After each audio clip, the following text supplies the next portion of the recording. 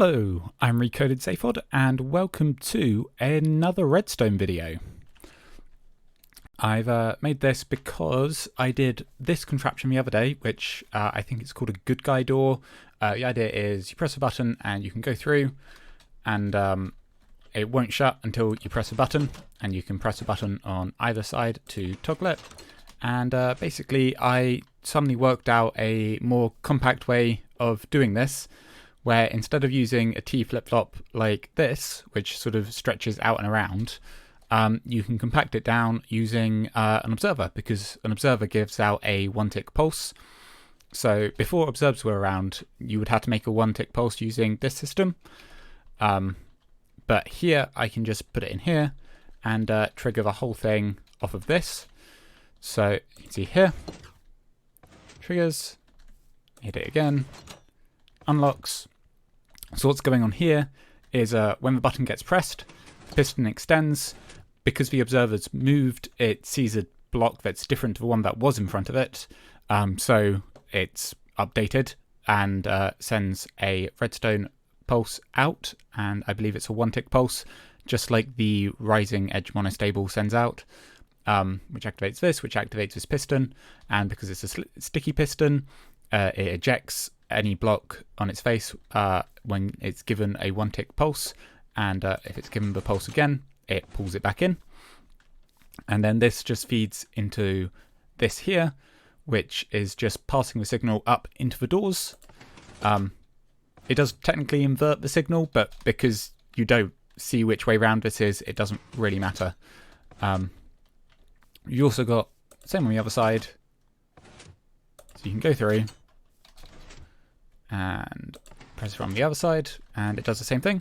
So if I grab all these blocks, I can give a quick block by block tutorial.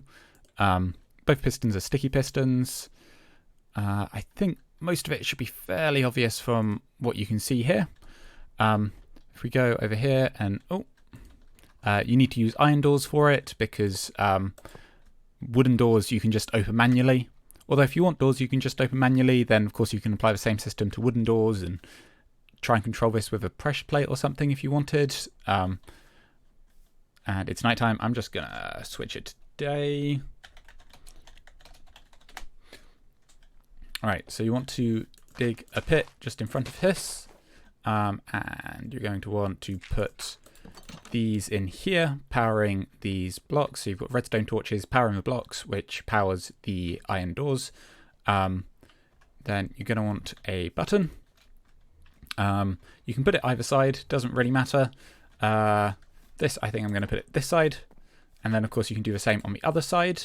So when you walk through, that's a button you're going to be pushing.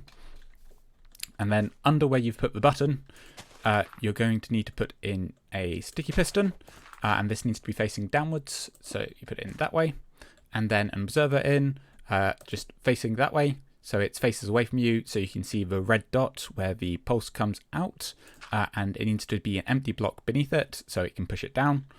Then you've got redstone dust running into a sticky piston here, facing this way, redstone block on its face, and observers running into the blocks which the redstone torches are on, and then a piece of redstone behind this, so when the redstone block comes in, it powers both of the repeaters.